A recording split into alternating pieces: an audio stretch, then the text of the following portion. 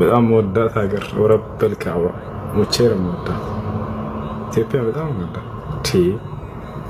ኢትዮጵያ ማለት እኮ ነቢያችን ሰለላሁ ዐለይሂ ወሰለም አደራ እንዳትነኳት ያችን ሀገር ብለው ከለላቸውን ጥበቃቸውን የሰጧት ሀገር ነች። ሐዲስ ላይ ብናሉ ወትሩኩል ሐበሻ ማተረከትኩም አሉ።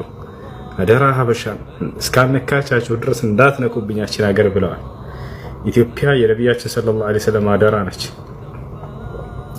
እስካነካቻቸው ድረስ ያችን ሀገር አደራ ሀበሻን ስሟን ጠርተው እንዳትነኩብኝ ብለዋል። ነቢያችን ሰለላሁ ዐለይሂ ወሰለም ሐዲስ ላይ ብናሉ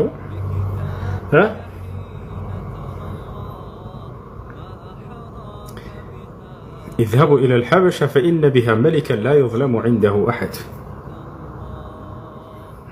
إنها أرض صدق قالوا بل لا وتعالى ياتي إثيوبيا የእውነተኞች ሀገር ነች አሉ። ያ ሰላም ኢትዮጵያ የእውነተኞች ሀገር ነች ብለዋል።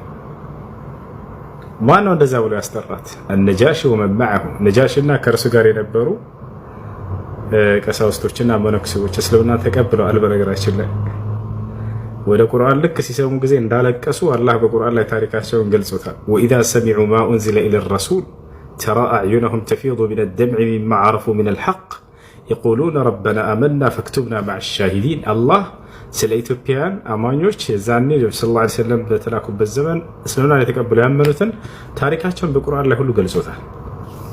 ወደ መልእክተኛዬ ያወረድኩትንም ቃል ቁርአንን በሰሙ ጊዜ አለቀሱ እያለ ነጃሽን ንጉሱንና ከእርሱ ጋር የነበሩ ቀሳውስቶችና መነኩሴዎች እንደሰለሙ ቁርአን ላይ ጽፎታል። ምን ትላላችሁ?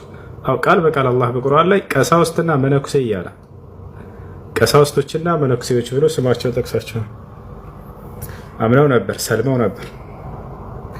ጭራሽ ቁርአን በሰሙ ጊዜ አልቀሰዋል። ያ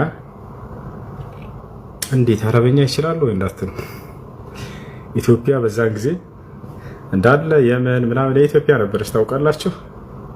እንዳለ እነዚህ በርካታ ወደዚያ የሚጠጉ አረብ ሀገራቶች የኢትዮጵያ ግዛት ነበሩ።